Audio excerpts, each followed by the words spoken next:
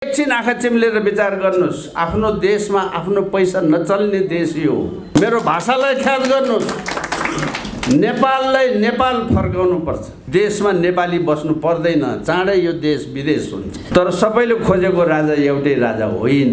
नेपाली माओवादीहरू सबैले घर बनाएको छ। त्यहाँ माओवादीले घर बनाएको छ, ख्याल गर्नु। बाजे राजा हुन्न, नाति राजा चाहियो भने मतलब के हो? देशै भित्रभित्रै किरा लगाएर खाइसकेको अवस्था छ। 1 2 3 बस्न दिनु होइन भने मैले टुडी खेलमा घर बनाउनु पाउनुपर्छ। टाउको मोल राख्ने ज्यान मारेर बसेर चाहिँ यो मुला प्रधानमन्त्री के गर्न सक्दैन? हामी शासनको लागि यो काम गरे होइन। यी मान्छे राष्ट्रवादी होइन।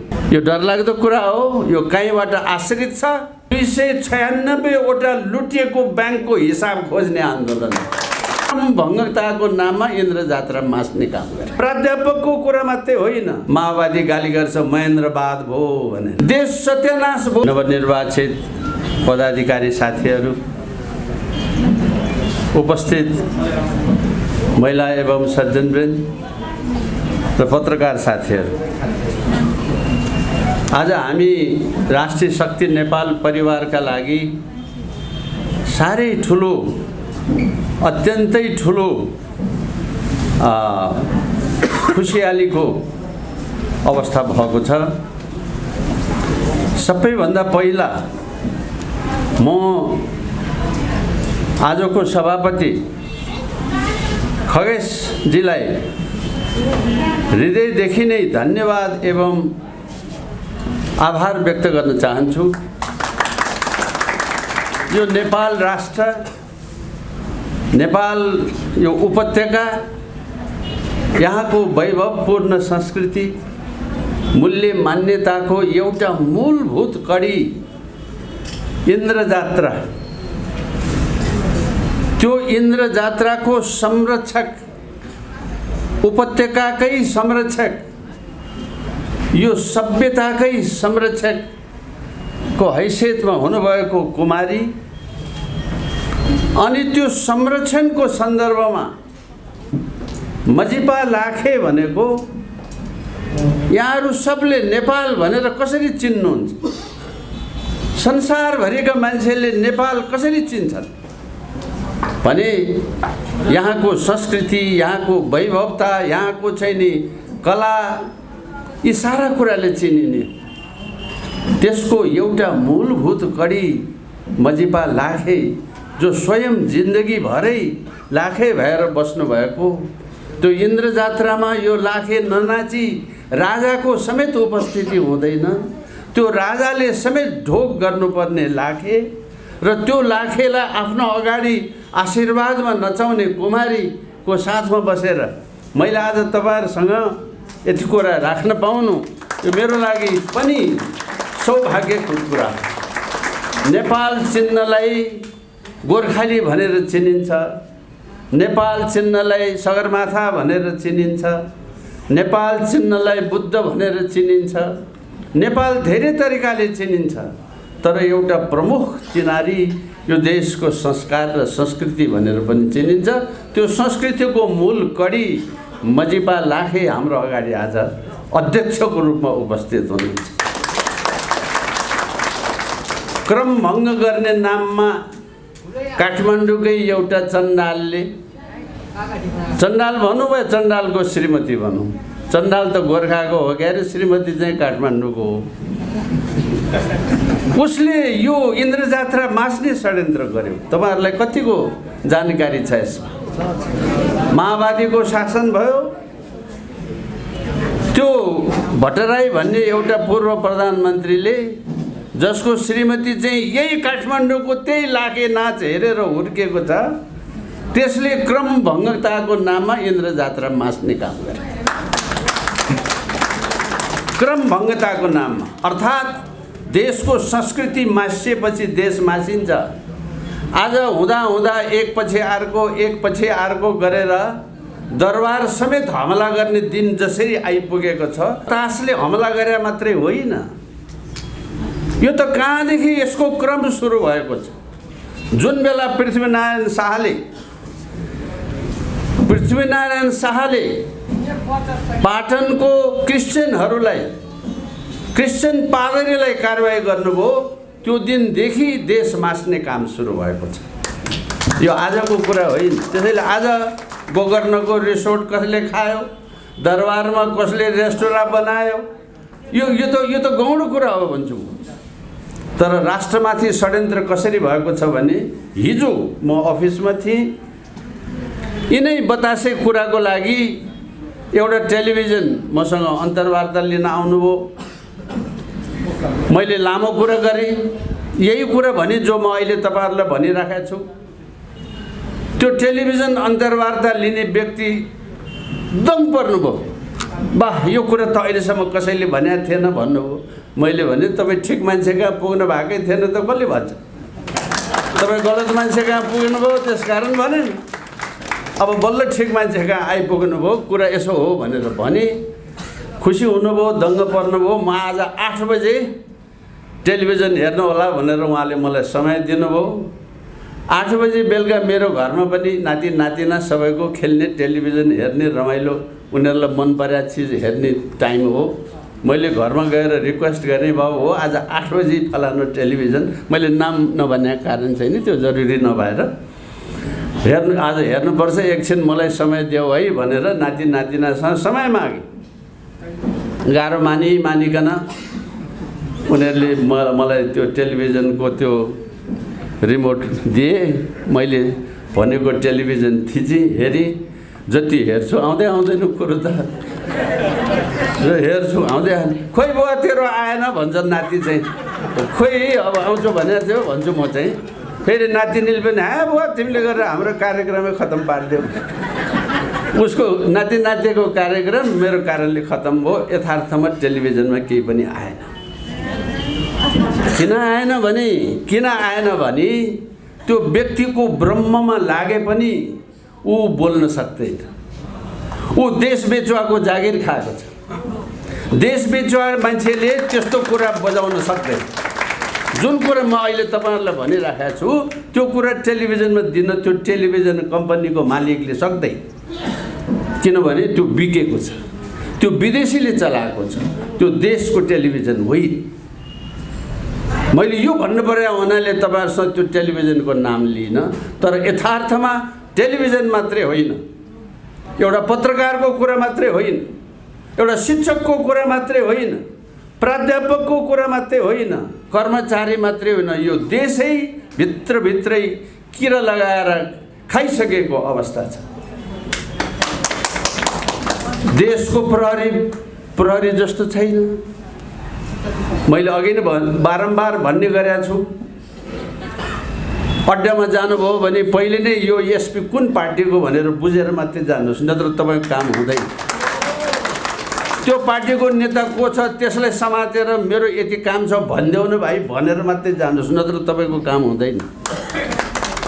सिडिओ अफिसमा जानुहोस्, पहिले नै पत्ता लगाएर जानुहोस् यो कुन पार्टीको सिडिओ छ भनेर। सरकार, देशको सरकार छैन, पार्टीको छ।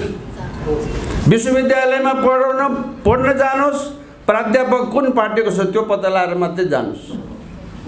हुँदा अहिले भर्खर आज म कान्तिपुर पढ्दै थिएँ, फलानो मेडिकल कम्पनीले पैसा तिरिनेछ भने फेल गरिदिन्छु भन्यो अरे।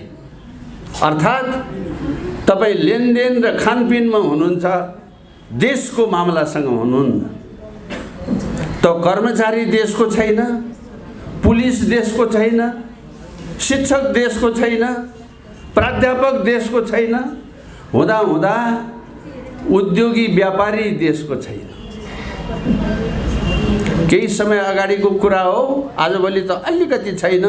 तपाईँ हामी जस्तै मान्छेले हल्ला गरेर होला। बजारमा जानुभयो भने खुद्रा पैसा हिन्दुस्तानी नोट साटासाट हुन्छ। मैले एकपटक यो कहाँको पैसा दिनुभयो साउजी, यो त म चिन्दिनँ भने। यो आइसी पनि थाहा छैन तपाईँलाई भने, थाहा छैन भने मलाई नेपाली पैसा दिनुहोस् न। आजको दिन म नेपालको बजारमा किनमेल गर्दाखेरि मेचीदेखि महाकालीसम्म होस् को कुरा छाडिदिनुहोस्, काठमाडौँको त्रिपुरेश्वरमा पैसा खुद्रा हिन्दुस्तानी लेनदेन हुन्छ। मैले नेपाली पैसा देऊ भन्दा साउजी जिल खाए कस्तो हिन्दुस्तान आइजी पनि नचिन्ने मान्छे रहेछ भने। यही कुरा आजभन्दा 30 वर्ष 40 वर्ष अगाडि राजा महेन्द्रले गरेका थिए। यो देशमा 50-60 वर्षको उमेरका मान्छे हुनुहुन्छ यहाँ, एकछिन आँखा चिम्लेर विचार गर्नुहोस्। आफ्नो देशमा आफ्नो पैसा नचल्ने देश यो। आफ्नो देशमा आफ्नो पैसा चल्ने राजा महेन्द्रले बनाएको। महेन्द्रवाद भयो भनेर माओवादी गाली गर्छ राजा महेन्द्रलाई, महेन्द्रवाद भयो भनेर एमाले गाली गर्छ राजा महेन्द्रलाई। आफ्नो देशमा आफ्नो पैसा चलाउनु अपराध हो। आफ्नो देशको एउटा छेउबाट अर्को छेउ जानलाई विदेशी भूमि भएर जानुपर्ने देश हो यो। राजा महेन्द्रले चन्दा उठाएर मुठीदान मागेर देशभित्र पूर्व पश्चिम राजमार्ग बनाए। माओवादी गाली गर्छ महेन्द्रवाद भयो भनेर। महेन्द्रले देशभित्र हिँड्ने बाटो बनाइदिए अपराध भयो। यो यस्तो देश भयो, देश बिच्यो भने त्यस कारणले हो, देश सत्यानाश भयो भने त्यस कारणले हो। हामीले पुनः एकताली नेपाललाई नेपाल फर्काउनु पर्छ। मेरो भाषालाई ख्याल गर्नुहोस्, नेपाललाई नेपाल फर्काउनु पर्छ। देशभरि विदेशभरि र नेपाल माया गर्ने विदेशीहरूभरि नेपालप्रति ठुलो भावना छ आजको दिन। तर स्वयं नेपालीले नेपालमाथि गद्दारी गरिराखेको छ। आजभन्दा 5-6 महिना अगाडि यो थानकोटमा त्रिभुवन पार्कमा राष्ट्रिय शक्ति नेपालको 10 नम्बर क्षेत्रको क्षेत्रीय भेला भयो। अहिले हामी 9 नम्बर क्षेत्रको भेला यहाँ गरिराखेका छौँ। 10 नम्बर क्षेत्रको भेला भयो। त्यहाँ तपाईहरू जस्तै साथीभाइहरू त्यहाँ उपस्थित हुनुभयो। त्यो भेलामा मैले यसरी नै आज तपाईहरूलाई बोले जस्तै त्यो क्षेत्रीय भेलालाई बोलिराखेका थिएँ। मलाई आजभन्दा 2 हप्ता जति अगाडि एउटा NVI न्युज भन्ने एउटा टेलिभिजन कम्पनीले विदेशबाट फोन गर्यो र के भन्यो भने तपाईले बोल्नु भएको भाषण आजसम्म हाम्रो टेलिभिजनमा 1.6 मिलियन भ्युअर भयो। 1.6 मिलियन भनेको 16 लाख भयो। नेपालमा कोही त्यस्तो व्यक्ति जन्मिएको छैन जसले बोलेको कुरा विदेशमा बस्ने नेपाली र विदेशीहरूले 16 लाखले हेरे र युरोप अमेरिकामा 7 लाखले हेरे। नेपालभित्र 9 लाखले हेरे। फेसबुक खोलेर हेर्नुहोस्। त्यसमा 2-3टा कुरा टिकटक पनि बन्यो। मैले एउटा 2टा भाषा नेवारीमा प्रयोग गरेका थिएँ। नेवार साथीभाइहरू बिग्रे। अब जे पनि मलका भनेर बिग्रे भनेर मैले भनेको थिएँ। संसार सिद्धिसक्यो, मलका भनेर नेवार खतम भयो भन्दै थिएँ म। त्यसले टिकटक बनाएको छ। त्यो टिकटक पनि 21 लाख मान्छेले हेरिसक्यो। अर्थात् 30 लाख मान्छेले लाइक गरे। अहिले 30,000ले लाइक गरे, 30,000ले सेयर गरे कि नेपाल नेपालीको हुनुपर्छ भन्ने कुरालाई समर्थन गरे। यो तपाईँ हामीहरू सबैको आशीर्वादको फल हो। यो मैले भनेको कुरा यति भयो भनेर मैले ठुलो कुरा गरे होइन। मैले अघि नै भने NVI न्युज तपाईहरु हेर्नुहोस् फेसबुकमा। त्यहाँ सबै कुरा डिटेल्समा चाहिँ आजभोलि संसार सानो छ, सबै देखिन्छ, थाहा पाइन्छ है। विदेशभरिका नेपाली, स्वदेशभरिका नेपाली इमानदार शिक्षकलाई छाती पोलिराखेको छ कि म इमानदारीपूर्वक आफ्नो पेशाको काम गरेर खान पाए हुन्थ्यो, तर उनले त्यो गर्न पाएन। इमानदार पुलिसलाई छाती पोलिराखेको छ, मैले घुस नखाइकन, मैले बेकायदा नगरिकन राष्ट्रको सेवा गर्न पाए हुन्थ्यो भनेर, तर उनलाई 24 घण्टा त्यो दलदलमा फसाइएको छ। हामीले हेर्दाखेरि झट्ट पुलिसलाई गाली त गर्छौं, सबै पुलिस त्यस्ता छैनन्। हामीसँग यहाँ अभियानमा नेपाल प्रहरीका केन्द्रीय एआइजी तहसम्मका विभिन्न पद प्रतिष्ठाका थुप्रै पूर्व सुरक्षाकर्मी पूर्व प्रहरी साथीहरू हुनुहुन्छ। नेपाली सेना झन्डै बिगार्नलाई प्रयत्न भइ नै सकेको छ। यो बालुवा र ढुङ्गाको ठेक्का लगाउने काम नेपाली सेनालाई दिएर घुस नखाने कर्मचारी भने जस्तो अर्थ मन्त्रालयमा घुस नखाने कर्मचारी हुन्छ क्या। म मन्त्री भएको मान्छे, मलाई थाहा छ। घुस नखाने कर्मचारी भने कस्तो भने आएको भाग मात्रै खाने, थप खोजेर नखाने। देशको कर्मचारी यस्तो हो, फलानु असाध्यै असल, उहाँ घुस खानुहुन्न, त्यसमा पनि थपेर खान खोज्ने चाहिँ घुस्या हो। होइन भने सत्य कर्मचारी चाहिँ नि त्यो आएको भाग मात्रै खाने। पुलिसको अफिसर भयो, आएको भाग मात्रै खाने। सेनाको अफिसर भयो, आएको भाग मात्रै खाने। अब आएको भाग मात्रै खाने असल कर्मचारीबाट शासन चल्ने र चलाउने हो भने देशमा नेपाली बस्नु पर्दैन। चाँडै यो देश विदेश हुन्छ, चाँडै यो देश विदेश हुन्छ। त्यसकारण हामीलाई चिन्ता परेको छ, हामीलाई पीर परेको छ। निन्द्रा लाग्दैन। अघि एकछिन कति रमाइलो, बहिनीहरू नाच्नु भयो, यति मिठो स्वरले गाउनु भयो, आनन्द भयो, ओहो स्वर्गमा गए जस्तो भयो एकैछिन। तर तपाईँ हिजो रातिदेखि आजसम्म कसरी जिन्दगी बिताएर आउनुभयो? रातभरि छटपटिएर आउनुभयो, देश डुबेकोले दिक्क भएर आउनुभयो, बर्बादी हेरेर आउनुभयो, छटपटिएर यहाँसम्म आइसक्नु भएको छ, पिरोले आउनु भएको छ। यहाँ मधेसबाट 2-3 जना बहिनी आएका छन्। आज यो 9 नम्बर क्षेत्रको भेलामा उहाँ मधेसदेखि किन आएको होला दौडेर? ऊ यहाँ एकजना बहिनी यहीँ अगाडि नै हुनुहुन्छ। त्यो आगो किनभने त्यो छटपटी छ, बर्बाद भएको छ, दिनदिनै लुटेको छ, दिनदिनै दुःख पाएको छ। कहाँ गएर शान्ति पाइन्छ? मान्छेलाई पीर परेको। अघि भर्खरै खड्गी भाइले भाषण गर्नुभयो, यो सत्य कुरा। असल र इमान्दार भएर बस्ने अवस्था आजको दिन छैन। अब एकातिर राजावादी जति सबै एक हौ भनेर कराइराखे अवस्था छ। हो एक हुनुपर्छ भन्यो, टाउको हल्लायो, तर एक सेक हुने कोही होइन। अब एक हुने र नहुनेको पनि अर्को समस्या छ। अर्को समस्या के छ भने यहाँ मान्छेले थरीथरीको राजा खोजेका छन्। फेरि यो पनि बुझ्नु पर्यो। उसले नै राजा खोज्या, उसले नै राजा खोज्या, उसले नै राजा खोज्या। राजा खोज्या जति एक भए हुन्थ्यो नि भन्नु त सजिलो छ, तर सबैले खोजेको राजा एउटै राजा होइन। त्यसकारण मिल्दैन कुरा। हिजोसम्म एउटाले नेपालमा राजा चाहिन्छ, धर्म चाहिन्छ, संहिता खारेज गर्नुपर्छ भन्दै थियो। बीचमा यो संहिता खारेज गर्नुपर्छ भन्ने चाहिँ हराउँदै गयो। राजा चाहिन्छ, धर्म चाहिन्छ मात्रै भयो, संहिता हराउँदै गयो। अलि पछाडि एक थरीलाई राजा पनि हराउँदै गयो, धर्म मात्रै भए पुग्ने भयो।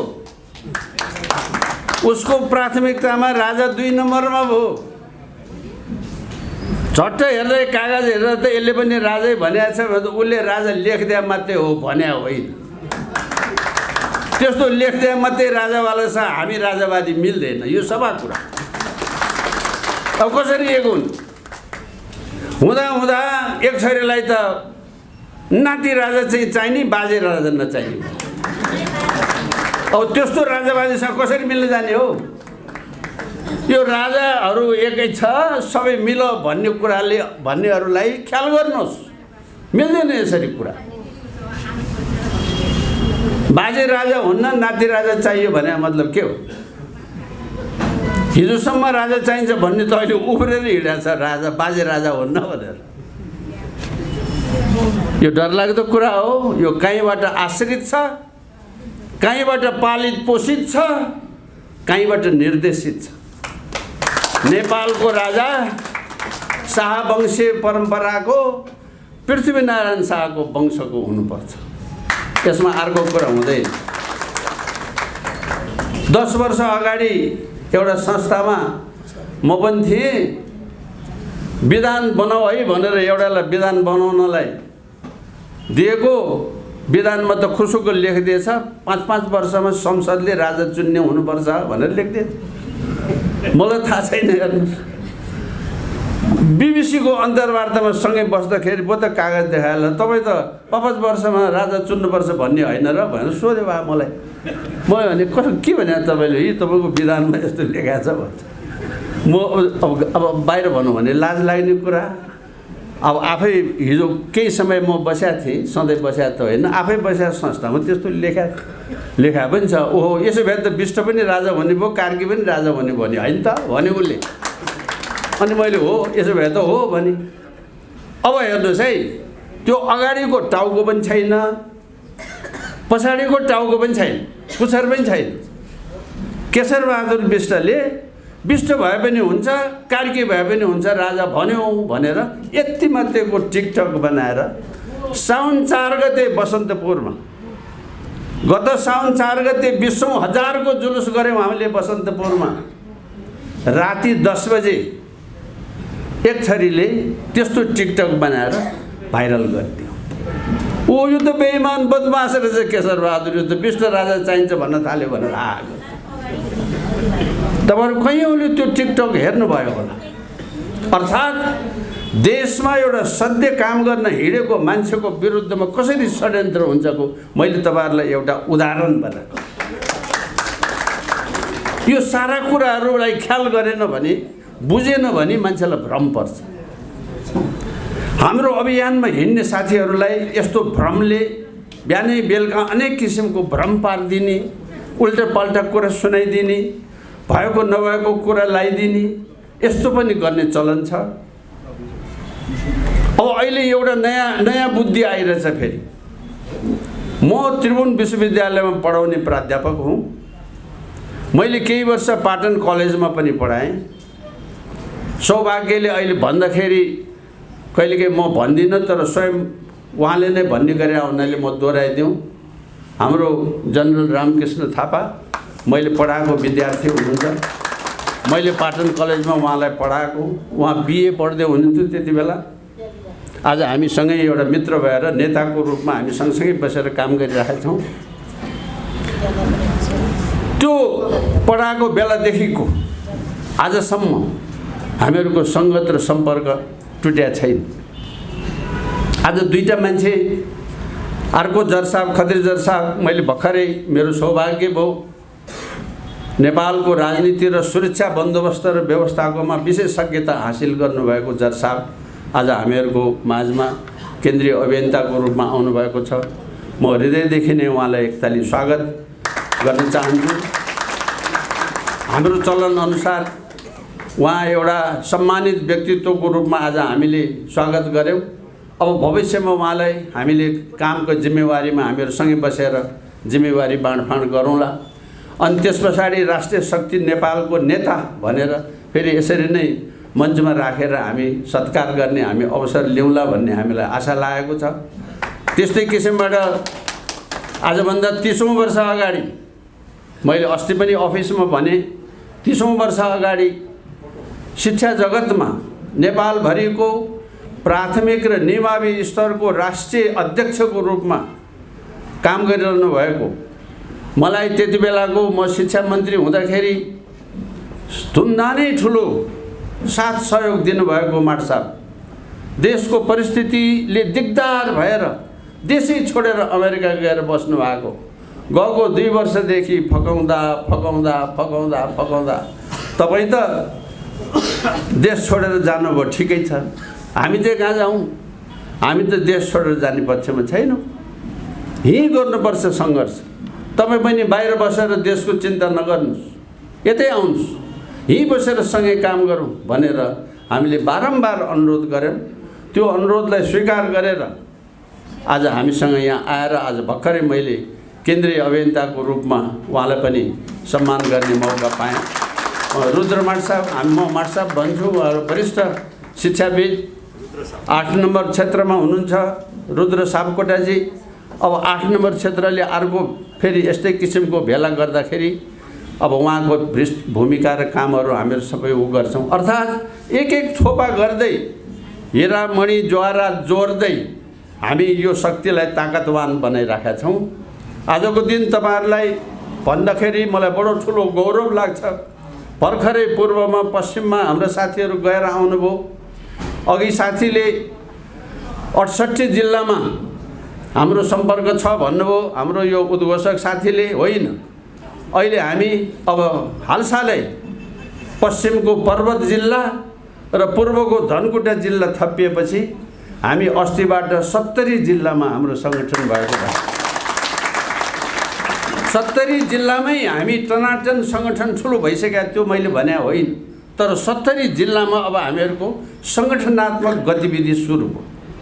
कहीँ हामी भर्खर सम्पर्क समितिमा छौँ, कति जिल्लामा भर्खर बन्दैछ। कहीँ हामी जिल्ला समिति सानो सम्पर्क समितिमा पुगेका छौँ र कहीँ हामीले ठुलै जिल्ला समितिहरू गठन गरिसकेका छौँ। हामीले सयौँ साना ठुला भेलाहरू गरिसकेका छौँ। यस्तै किसिमको भेलाहरू गरिसकेका छौँ। तुरुन्तै 8 नम्बर क्षेत्रमा एउटा भेलाको आयोजना गर्छौँ र त्यस पछाडि आउँदो 27 गते पृथ्वी जयन्तीको कार्यक्रम मनाइसकेपछि अब सिङ्गै पूर्व भेगमा तयारी भइराखेको छ। पूर्वाञ्चल क्षेत्रमै एउटा ठुलो क्षेत्रीय भेला गर्ने तयारी भइराखेको छ।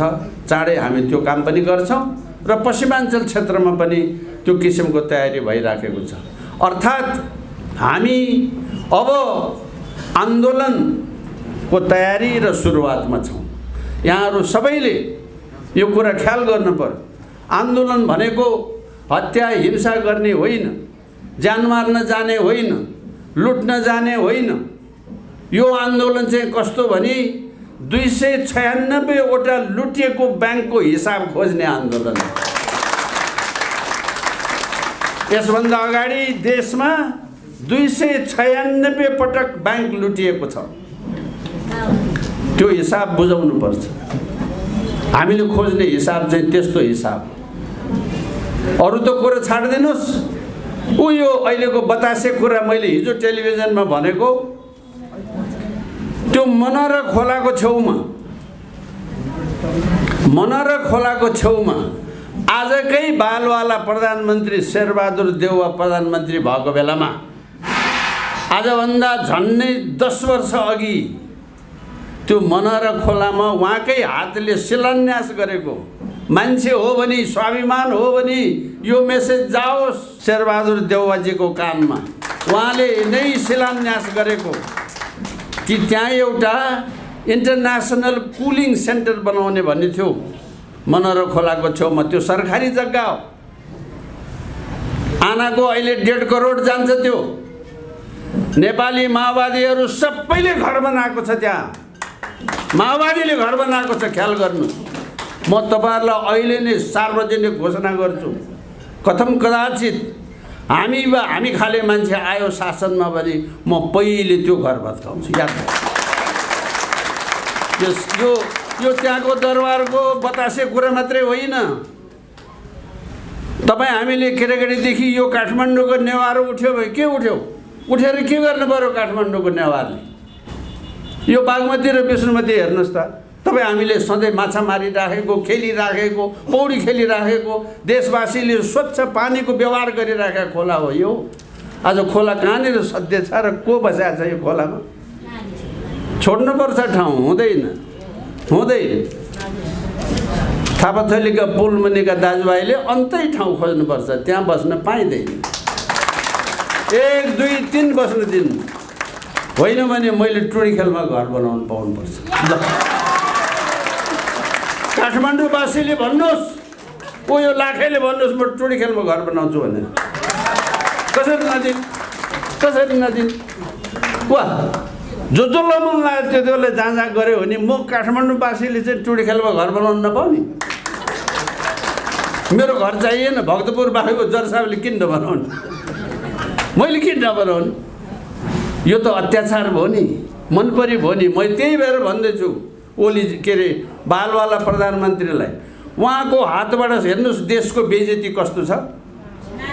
जापानको सम्राटले, म तपाईहरुलाई म कुनै बेला कृषि मन्त्री पनि थिएँ, जापानको सम्राटले नेपाली राजालाई श्री 5 वीरेन्द्र महाराज सरकारलाई एउटा अन्तर्राष्ट्रिय कुलिङ सेन्टर उपहार दिएको। दुईटा कुरा उपहार दिएको, एउटा कर्णालीको एकातिर मात्रैको झोलुङ्गे पुल बुझिराख्नुपर्छ नेपाली जनता। त्यो विचित्रको एसियामै नभएको एउटा झोलुङ्गे पुल अहिले त अन्त पनि धेरै बनिसक्यो, तर नेपालको त्यो कर्णालीको झोलुङ्गे पुल भनेको एकापट्टि मात्रै पोल भएको झोलुङ्गे पुल, मोटर जाने झोलुङ्गे पुल। त्यो जापानी सरकारले नेपाली राजालाई उपहार दिएको, दुईटा उपहार। जापानी सरकारले दिएको के को उपलक्ष्यमा भने जापानी सम्राटको जन्मदिनको उपलक्ष्यमा। एउटा कर्णालीको झोलुङ्गे पुल, एउटा मनराको अन्तर्राष्ट्रिय कुलिङ सेन्टर। अर्थात् नेपाली किसानहरूको, नेपाली फुल व्यवसायीहरूको, अघि यहाँ दुईटा बहिनी तरकारी व्यवसायीको बहिनीलाई मैले साधारण सदस्य बनाएँ। उहाँहरू तरकारी व्यवसायको महिला यो टोलको। उहाँहरूको जीवनमा उहाँहरूले बेचेको तरकारी युरोप अमेरिका कसरी पुर्याउने कल्पना छ? देशले सोच्ने भने यस्तो कुरा जापानी सरकारले सोचेर नेपाली राजा त्यहाँबाट जस्ताको तस्तै प्रेस भएर एयरपोर्टबाट हवाईजहाजमा उडाउनुहोस्। संसारमा हल्यान्ड भन्ने देशले दिनको 4वटा 747 हवाईजहाजमा त्यो ट्युलिप भन्ने फुल मात्रै निकासी गर्छ संसारभरिलाई। त्यो त्यसै निकासी हुँदैन। त्यसका लागि अन्तर्राष्ट्रिय कुलिङ सेन्टर चाहिन्छ। चिसो तातो मिलाउनु पर्छ, नत्र भने त्यहाँ टिपेर ल्याएको साग यहाँ ल्याइ पुऱ्याउन्जेल लात्र लुद्रुक भन्छ, त्यो सागको काम छैन। त्यो हावापानी मौसम मिलाउने त्यसलाई इन्टरनेसनल कुलिङ सेन्टर भन्छ। म त्यसको व्याख्या अहिले बढी नगरौँ। त्यस्तोको निमित्त बनाएको दिएको र प्रधानमन्त्री शेरबहादुर देउवालले शिलान्यास गरेको। हेर दुर्गति, छि छि छि छि। आज फेरि 4 पटक कि 5 पटक प्रधानमन्त्री भइसक्यो। आफैले शिलान्यास गरेमा आफ्नो टाउको मोल राख्ने ज्यान मारा बसिरहेछ। यो मलाई प्रधानमन्त्री के गर्नै सक्दैन। यस्तो पनि प्रधानमन्त्री हुन्छ? यो त नालायकको पर। अब नालायक त अब अदालतले बकस दिएपछि त नालायक हुने नि हो। त्यो जितेको होइन, जनताले बनाएको होइन, खसादियो नि। अब आफै एउटा अदालतको न्यायाधीशलाई यो तिम्रो कार्पेट खोइ भन्ने, कार्पेट त गाईले कुल्चिहाल्यो नि भने जस्तै। अदालतको न्यायाधीश घुस खाँदैन नि। त्यो कार्पेट चाहिँ नि के भइरहन्छ, के भइरहन्छ। त्यो भन्यो भनेदेखि यसले घुस खायो भन्यो भनेर फेरि अर्को मुद्दा लगाइदेला भन्ने पिर। यस्तो दुर्गति हेर्नुहोस्। देश जस्तो छैन। मूल कुरा मैले भन्न खोजेको के भने देश जस्तो छैन, प्रशासन जस्तो छैन। तब हामीले देशलाई देश बनाउन खोज्या हो। नेपाललाई नेपालीलाई नेपाल चाहियो। आज हामीले दल होइन, बिना दलको अभियान बनाएको कारणै नेपाललाई नेपाली खोज्नको लागि। नत्र त फेरि पार्टीको दलाल भइहाल्यो। एउटा पार्टीमा अर्को पार्टी किन जाने? मेरै पार्टी ठुलो, अर्काको पार्टीमा किन जानु पर्यो? त पार्टी नभनिकन पहिले नेपाल बनाउनु पर्यो। अनि नेपालभित्र जोलाई जुन पार्टीमा जान मन लाग्छ जाऊ। हामी शासनको लागि यो काम गरे होइन, देश बनाउनको लागि गरे, नेपाल सम्झेर गरे। शासन गर्न चाहनेले त्यति बेला गर्नु, पहिले देश राख्नु पर्यो, नभए देश नरहने भयो। अब कुरा जति गरे पनि सिद्धिने होइन। हेर्नुहोस्, म तपाईँहरूलाई विनम्रतापूर्वकै अनुरोध गरौँ, फेरि पनि जति पनि यस्ता मौका भइहाल्छ। अब चाँडै 8 नम्बर क्षेत्रमा हामी अर्को क्षेत्रीय भेला गर्छौँ। मैले त 8 र 9 नम्बरको एकैपटक गर्नुहोस् न पनि भने हो। 8 नम्बरको साथीहरूले होइन हामी अलगै गर्छु भन्नुभयो, झनै राम्रो भयो। अब चाँडै 8 नम्बर क्षेत्रको गरौँ। यहाँहरू सबैलाई मेरो हृदयदेखिको आमन्त्रण छ। पर्सि 27 गते एक दिन देशको निमित्त, देशलाई सम्झेर पृथ्वी जयन्तीको दिन राजा महेन्द्रको शालिग 11:30 बजे आइपुगौँ। त्यहाँदेखि हिँडेर दरबार मार्गबाट हिँडेर पृथ्वी शालिगसम्म जाने हो। हामीले एउटा राष्ट्र बनाउने नायकलाई श्रद्धा गर्ने हो। दुर्भाग्यवश अघि नै साथीहरूले बारम्बार भन्नुभएको छ, देशका वीर वीराङ्गनाहरूको हामी नाम लिँदैनौँ। हामीले कालु पाँडे चिनेको छैन, हामीले भक्ति थापा चिनेको छैन, हामीले भीमसेन थापा चिनेको छैन, अरू त कुरा छाडिदिनुहोस्। ऊ यहाँ नालापानीको सिनेमा बनाउने एउटा भाइ अघि भर्खर यहाँ देखाएको थियो, उहाँ यो हाम्रो क्षेत्रीय समितिको अहिले सहसचिव हुनुभयो।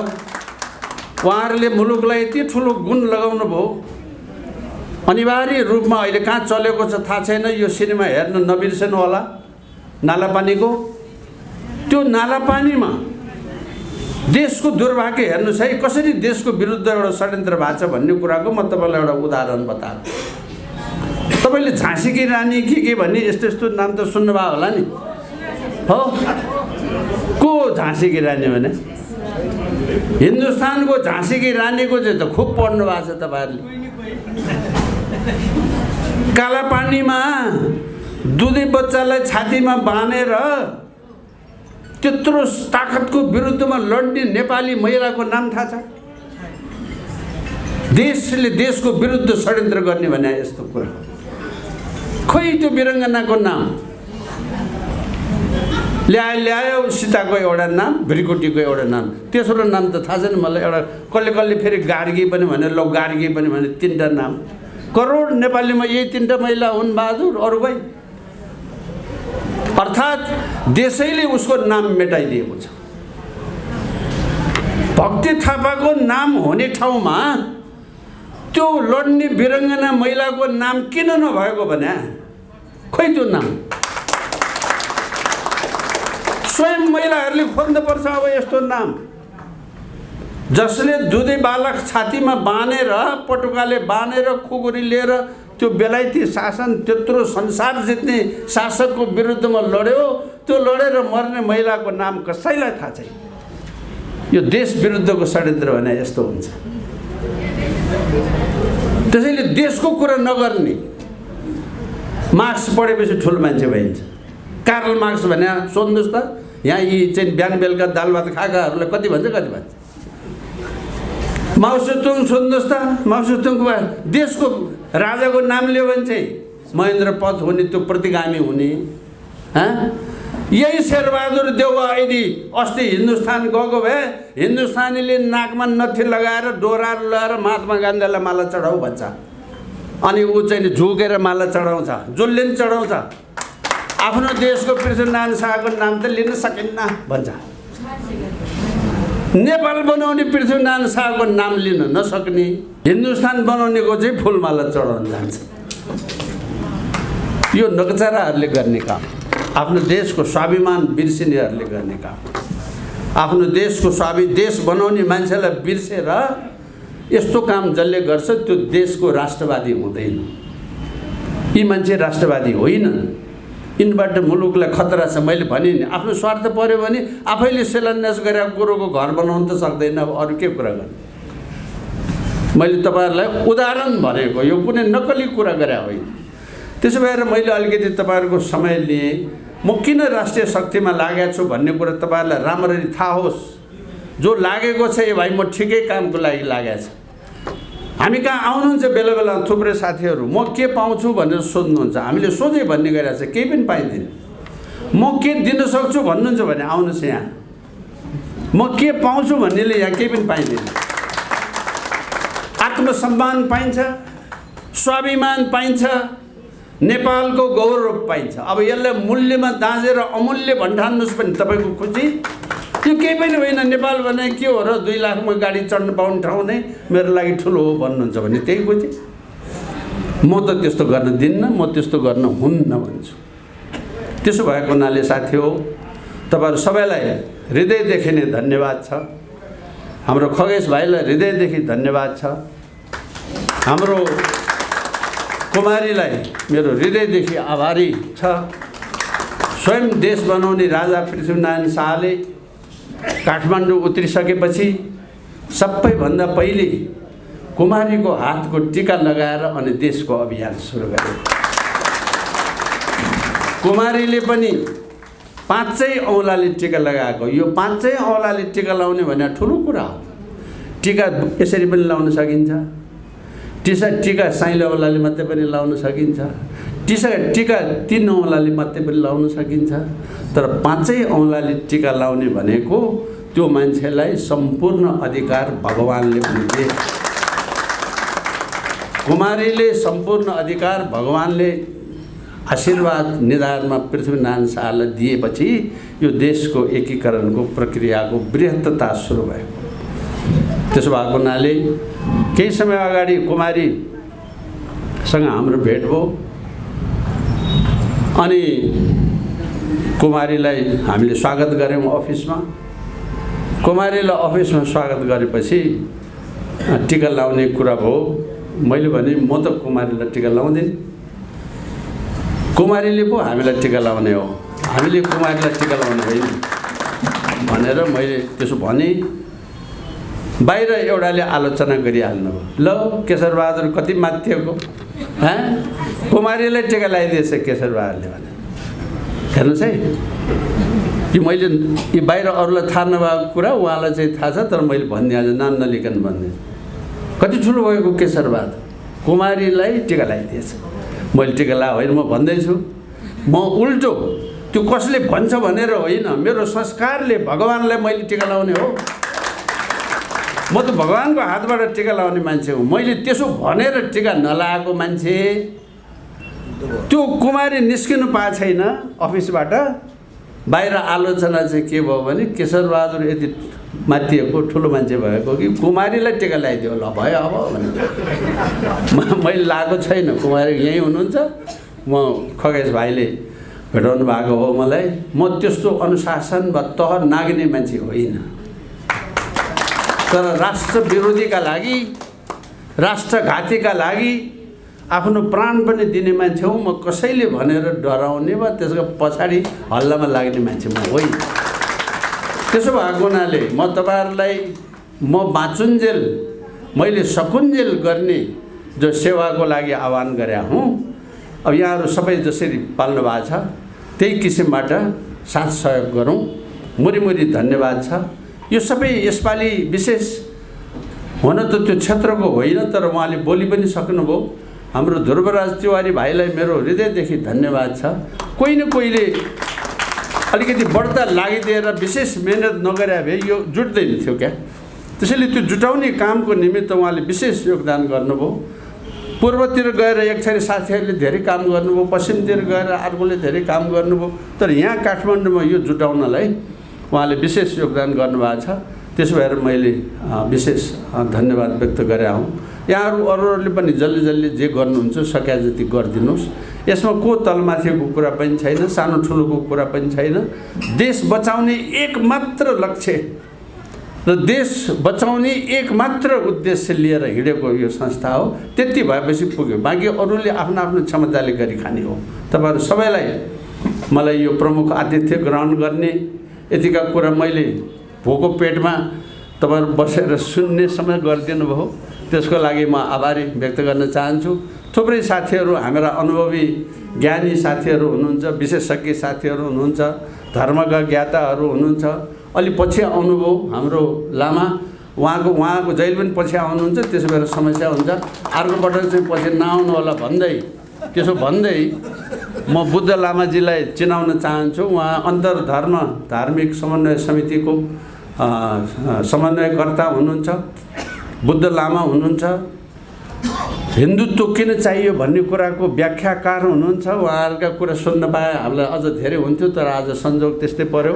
हाम्रो सुदूरपश्चिम क्षेत्रको प्रमुख मिनबहादुर साईजी आउनुभयो, उहाँ पनि पछि नै आउनुभयो हुनाले मैले यसो चिनाएको। र सबैभन्दा पछि त झन् सबभन्दा पहिले आउनुपर्ने मान्छे सबभन्दा पछि आउनुभयो हाम्रो जर साहब। अब जर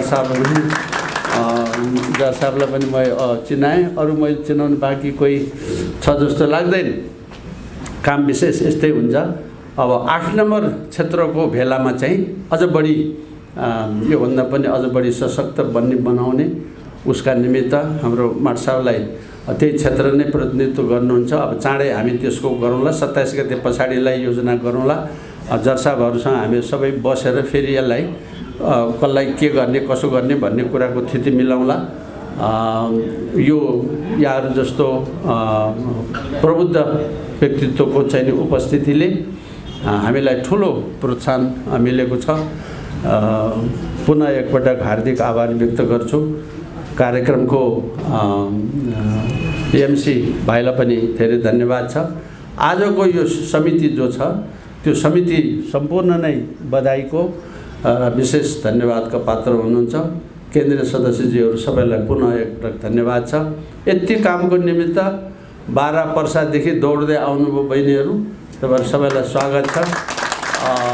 पछि उहाँहरूकै कार्यक्रममा पनि अरू साथीहरू पनि जाइदिनुपर्छ। यसरी नै हामी मधेस हिमाल पहाड एक हुँदै जाने हो, एक गर्ने हो। कोही छैन पराई, मधेस हिमाल तराई होइन, यही भावना हो हाम्रो मूल मन्त्र पनि। र आपसमा फुटाउने, आपसलाई टुक्राउने, आपसमा विभाजन गर्ने षड्यन्त्र भइराखेको छ। त्यो षड्यन्त्रको मूल केन्द्र भनेको संहिता हो। त्यो संहिता खारेज गर्नुपर्छ भनेर हामीले भनिराखेकै छौँ।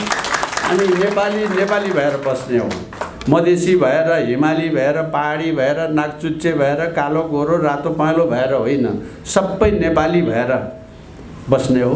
यी सबैलाई त्यही किसिमको प्रेरणा होस्। यहाँहरूलाई पुनः एकपटक धन्यवाद छ। नपाइ नहुने सङ्घीय गणतन्त्र धर्मनिरपेक्षता उनीहरूले ल्याएको हो भने नेपाली जनताहरूको अत्यन्त प्रिय वस्तु हुनुपर्दथ्यो, हुन सकिरहेको छैन। निर्वाचनको परिणाममा हिँड्ने हो भने हिजो एउटा राप र तापमा झुक्काएर झुक्किएर एउटा शान्ति दृष्टिकोणले चाहिने उनीहरूलाई भोट दिएर पहिलो पनि भयो, पछि दोस्रो हुँदै अहिले तेस्रो चौथोको टुङ्गो छैन। र आगामी चुनावको निमित्त कसैको दौराको फेर समातेर झुन्डिरहेको अवस्था छ। यदि त्यो दौराको फेर टकटकाएर त्यो हिँडिदियो भने उनीहरूको शून्य अस्तित्वमा पुग्नेछ। यस्तो चिज लिएर आज हाम्रो नेपालीको पहिचानलाई विस्थापित गर्ने, यो राष्ट्रियता र राष्ट्रिय अखण्डताको मूल खम्बालाई भत्काएर यो राष्ट्रलाई तहस नहस बनाउने जुन काम भएको छ त्यो चिजलाई हामी पुनस्थापित गर्नुको निमित्त अहोरात्र खटिराखेका छौँ। आज यसै कारणले निश्चय नै आज राष्ट्र धर्म सङ्कटमा परेको छ। यो संविधान विदेशीले बनाएको हुनाले नै यो संविधानमा नेपालीको हितभन्दा उनीहरूको बढ्ता हित छ। यो परिवर्तनको कुरा जहिले पनि विदेशीको बुही चढेर आएका परिवर्तनहरू भएको छ। हिजो पञ्चायतलाई फेक्ने बेलामा पनि विदेशीको बुही चढेर आए र गणतन्त्र आइपुग्ने र राष्ट्र संस्थालाई फ्याँक्ने बेलामा पनि विदेशीको बुही चढेर यो नेपालको राजनीतिक प्रणालीहरू परिवर्तन भएको हुनाले त्यो परिवर्तन भएर आएको व्यवस्थामा नेपालीको हित देखिँदैन, भेटिँदैन। सर्वथा जसले परिवर्तन गर्नेमा साथ सहयोग गर्दै आयो उनीको मात्रै हित भइराखेको छ। हाम्रो चाहिँ राष्ट्रियता कमजोर हुँदै गइराखेको छ। आज सरकार यहाँ बन्ने र बनाउने काम तिनै विदेशीहरूले गरिराखेका छन्। आज गिराउने, भोलि भत्काउने, फेरि बनाउने, त्यही भएको हुनाले यो सरकारले नेपालीको हितमा भन्दा बाह्य अदृश्य शक्तिको सेवा गर्ने काम गरिराखेको छ। म यसको पनि उदाहरण पेश गर्न चाहन्छु। निर्मला पन्तको बलात्कारपछि भएको हत्या आजसम्म कानुनी दायरामा आउन नसकेको कारण के हो भने नेपालमा यो बाह्य प्रेरणाबाट बनेको संविधान अनुसार बनेको सरकार तिनै बाह्य शक्तिहरूले बनाएको सरकार हो। त्यही भएर उनीहरूको मालिकले बनाएको सरकार र उनीहरूको मालिकको नातागोताबाट भएको बलात्कार र हत्या भएको हुनाले यो सरकारले कुनै पनि हालतमा छुनु सक्दैन। त्यसै गरिकन तुइन घटना पनि यहाँले सुन्नु भएको छ। तुइन घटना काटेर मार्यो भन्ने कुरा सर्वत्र नेपाल सबै बोलिराखेको छ, तर पनि कानुनी दायरामा आउन नसकेको कारण विदेशी जुन अदृश्य शक्तिले यो काम गरिराखेको छ त्यसैले बनाएको सरकार भएको हुनाले अब उनीहरूको मालिकको तर्फबाट त्यो हत्या काम भएको हुनाले उनीहरूको मालिकको नातागोताबाट त्यो भएको हत्यालाई कानुनी दायरामा आउन सक्दैन।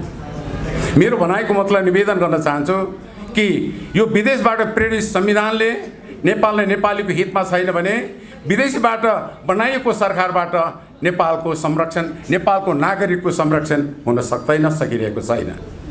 त्यसले गर्दा हामी यो राष्ट्रिय शक्ति नेपाल, हामी यो पहिचानलाई स्थापित गर्नुको निमित्त लागि परेका छौँ। हाम्रो पहिचान भनेको वैदिक सनातन हिन्दू अधिराज्य, संवैधानिक राज संस्था र संहिताको खारेजी। यो हाम्रो मुद्दाहरूलाई स्थापित गर्नुको निमित्त हामीलाई दुईटा बाटो विद्यमान छन्। एउटा बाटो संविधानको बाटो जाने हो र एउटा बाटो गैर संवैधानिकको बाटो जाने हो। संविधानको बाटो जानेहरूले चुनाव लड्दै जाने, चुनावमा चाहिने जबसम्म 2/3 बहुमत प्राप्त गर्न सकिँदैन तबसम्म यो मुद्दा प्राप्त गर्न सकिँदैन। त्यो बाटोबाट आज राष्ट्रिय प्रजातन्त्र पार्टी हिँडिराखेको छ।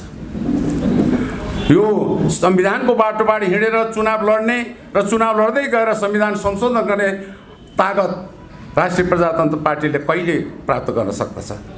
अहिले 0 सोचेर एउटा सिटमा अल्झिएको छ। अब यो चुनावमा 15-20 सिट जित्ला, 5 वर्षपछि अर्को 50-60 जित्ला, 10 वर्ष भयो, अरू चाहिँ 5 वर्षमा अरू बढी जित्ला। जित्दै जाँदाखेरि कति वर्ष लगाउने होला? तर पनि आफ्नो गन्तव्यमा पुग्न सक्ने निश्चित र सम्भावना छैन। अनि त्यो चुनाव हुँदै गर्दाखेरि त यता सिट बढ्दै गए पनि गणतन्त्रको संस्थागत हुँदै जान्छ। जरा किला लगाउँदै हल्लाउँदै पनि हल्लाउन नसकिने अवस्थामा पुग्दछ। त्यसै भएको हुनाले त्यो बाटोबाट हाम्रो गन्तव्यमा पुग्न सकिने सम्भावना निश्चित छैन। त्यसै भएको हुनाले हामीले गैर संवैधानिक बाटो रोजेका छौँ। संविधान गैर संवैधानिक बाटोबाट सडक आन्दोलनबाट जसरी हाम्रो पहिचानलाई लुटेर लगे, हामी त्यसरी नै लुटेर फेरि हाम्रो चाहिँ हाम्रो राष्ट्रिय पहिचानलाई पुनर्स्थापित गर्न चाहन्छौँ। त्यो भनेको हामीले चाहिँ 77 जिल्लामा हाम्रो सङ्गठन विस्तारित गर्ने, हरेक इलाका स्तरमा गर्ने, हरेक जनवर्गीय सङ्गठन गर्ने, हामीसँग तालमेल मिल्ने सबै व्यक्तित्व र सङ्घ संस्था सङ्गठनहरूसँग हामी सहकार्य गर्दै अगाडि बढ्ने हो। यो तरिकाबाट हामी हाम्रो चाहिँ घुमेको संवैधानिक राज संस्था, वैदिक सनातन हिन्दू अधिराज्य र चाहिँ संहिताको खारेजीको गन्तव्यमा पुग्न सक्दछु भन्ने म विश्वास दिलाउन चाहन्छु। हिजो विगतमा पनि नेपालको परिवर्तनको अनेकौं घटनाक्रममा यही प्रक्रियाबाट चाहिँ परिवर्तन भएको छ। हिजो राजा फेक्दै गर्दाखेरि कुनै संविधानको बाटोबाट हिँडेर राजा फेक्या होइन। हिजो पञ्चायत फेक्दाखेरि कुनै संविधानको बाटो हिँडेर पञ्चायत फ्याँकिएको होइन। बहुदलीय व्यवस्थाबाट गणतन्त्रमा पुग्ने र पुर्याउने काम पनि संविधानको बाटोबाट हिँडाएर परिवर्तन भएको छैन। उनीहरूले चाहिँ यो बाटो त्याग गरेर हाम्रो यो राष्ट्रको पहिचानलाई विस्तारित गर्ने हो भने हामी पनि त्यही सडक आन्दोलनबाट हाम्रो लुटेर गएको संवैधानिक राज संस्था, हाम्रो वैदिक सनातन हिन्दू अधिराज्य र हाम्रा संहितालाई खारिज गरेर छाड्ने क्रममा तपाईँहरूलाई म आह्वान गर्न चाहन्छु। तपाईँहरू विशेष गरिकन युवा साथीहरूले आज यो धरापमा पर्दै गएको, सङ्कटमा पर्दै गएको राष्ट्रियतालाई बचाउनुको निमित्त अब सुतेर बसेर होइन, अब अगाडि आउने बेला आइसकेको छ। एकातिर सत्तामा रहेका गणतान्त्रिक सरकारहरूले चुनाव गर्दै जाने घोषणा गर्न खोजिराखेको छ। यदि चुनाव हुँदै गयो भने यो गणतन्त्र चाहिँ संस्थागत हुँदै गइसकेपछि फेरि पनि हल्लाउनलाई हामीलाई गाह्रो हुन्छ। तर यतिखेर उनीहरू आफै हल्लिएको छ र यो चाहिँ गणतान्त्रिक नेताहरू र पिल्लरहरू डगमगाइरहेको अवस्था छ। उनीहरूको चाहिँ संवैधानिक अङ्गहरू चाहिँ टिलपिलाइराखेको छ। कुनै पनि राष्ट्रको चाहिँ राज्य सञ्चालन गर्नको निमित्त 3वटा संवैधानिक अङ्गहरूको आवश्यकता पर्दछ। त्यो भनेको कार्यपालिका, न्यायपालिका र व्यवस्थापिका। कार्यपालिका भनेको मन्त्री परिषद 2/3 झन्डै 2/3 सरकार थियो। त्यो सरकार आपसी व्यक्तिगत स्वार्थमा लडाइँ गरेर आफै गिर्न गयो। अहिले चाहिँ दृश्य अदृश्य गठबन्धनको कारणले बन्न गएको सरकार, त्यसको पनि भरोसा छैन। न्यायपालिकाको कुरा गर्नुहुन्छ भने अहिले न्याय पाइरहनु पर्ने, दिइरहनु पर्ने नेपाली जनतालाई उनीहरू आपसमा जिन्दाबाद र मुर्दाबाद रातौँ दिन त्यहाँ झगडा भइरहेको देखिन्छ। अब त्यसको पनि चाहिँ असफल भएको कुरा म तपाईँहरूलाई निवेदन गर्न चाहन्छु। अर्को व्यवस्थापिका संसद, उस्तै अर्को नाटककार छ त्यहाँ। कहिले नेपाली जनताको जनप्रतिनिधिमूलक संस्थामा नेपाली जनताको चाहिँ दुःख पिरमार्काको बारेमा बहस हुनुपर्ने, तर त्यहाँ पनि जिन्दाबाद र मुर्दाबाद नै छ। त्यसले गर्दाखेरि यो गणतान्त्रिक व्यवस्थाको यो संवैधानिक अङ्गहरू पूर्णतया चाहिँ असफल भइसकेको छ। यही बेला हामीले मौका छोपेर, यिनीहरू कमजोर भएको अवस्थामा नै हामीले मौका छोपेर हामी यो राष्ट्रलाई बचाउनुको निमित्त हामी अगाडि नबढिकन अब सुख छैन। यदि चुप्प लागि बस्ने हो भने हामीले जेने तेने यो जीवन भुक्ता गऱ्यौँ, तर आगामी युवाहरूले यो देशमा चाहिँ चुनाव लड्ने नेपाली भएर चुनाव लड्नु पाउनुहुन्न। भारतीय भएर एउटा प्रदेशको चुनावमा सीमित हुनुपर्ने अवस्थाहरू नजिकै आउँदैछ। त्यस कारणले गर्दा तपाईँहरूलाई म चनाखको साथ निवेदन गर्न चाहन्छु। त यही उद्देश्य प्राप्ति गर्नका निमित्त हामी चाहिँ यो राष्ट्रिय शक्ति नेपालको तर्फबाट अगाडि बढिराखेका छौँ।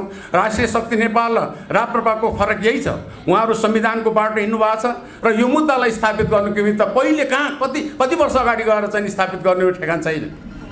यसो भनेर मैले उहाँहरूको विरोध गर्न चाहेको होइन। बाटो लामो अपनाउनु उहाँहरूले, तर हामीले चाहिँ एकदम सर्टकट तपाईँले साथ दिने बित्तिकै हामी 19 दिने होइन 10 दिने चाहिँ आन्दोलनका साथ हाम्रो गुमेको राष्ट्रिय पहिचानलाई स्थापित गर्न चाहन्छौँ। यो मुद्दालाई लिएर जाँदाखेरि केवल राष्ट्रिय शक्ति नेपालका हाम्रा आदरणीय केशवबहादुर विष्टको मात्रै स्वार्थ होइन, सिङ्गो सक्लो नेपालीको राष्ट्रिय स्वार्थ भएको हुनाले सबैले साथ नदिने सुखै छैन। हिजो चाहिँ नि मान्छे मार्नुपर्छ 17,000 मान्छे मार्नुपर्छ भन्दा त साथ दिने हो भने हामी चाहिँ नि शान्तिपूर्ण ढङ्गले यो देशको राष्ट्रिय पहिचान गुमेको चिजलाई हामी फिर्ता ल्याउन चाहन्छौँ भन्दाखेरि कुन नेपाली कुन राष्ट्रवादीले नमान्ने संहिताले यो राष्ट्रलाई चाहिँ डुबाउँछ।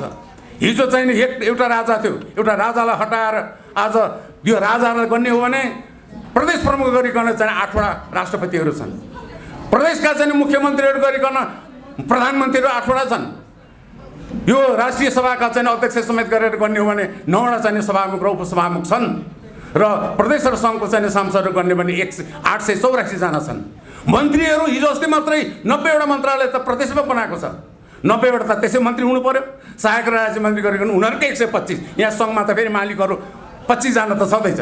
मन्त्री त्यतिका दाम्यता उनीहरूको चाहिँ नि सल्लाहकार पिए घोडा गाडी यो राष्ट्रले थाम्न सक्छ।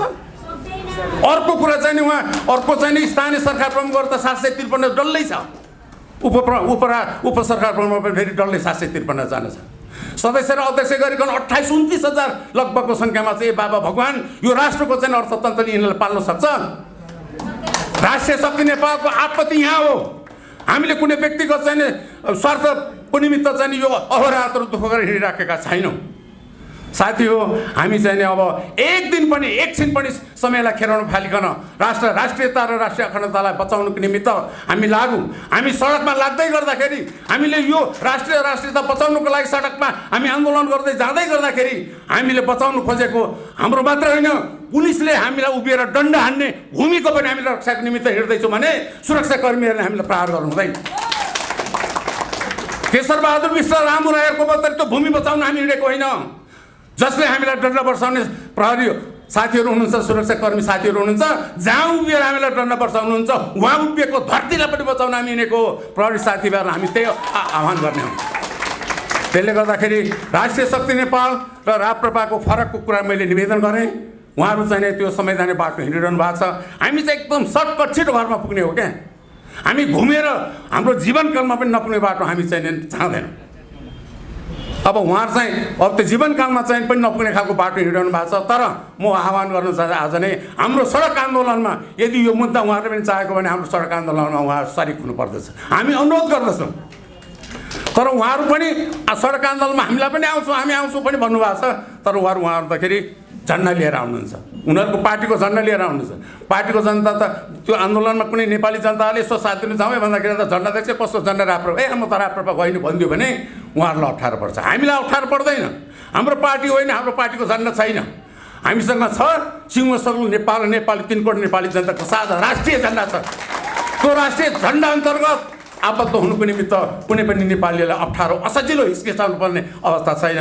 म तपाईँहरू सबैलाई आग्रह गर्दै निवेदन गर्दै मेरो भनाइ यही अन्त्य गर्न अनुमति चाहन्छु। धन्यवाद।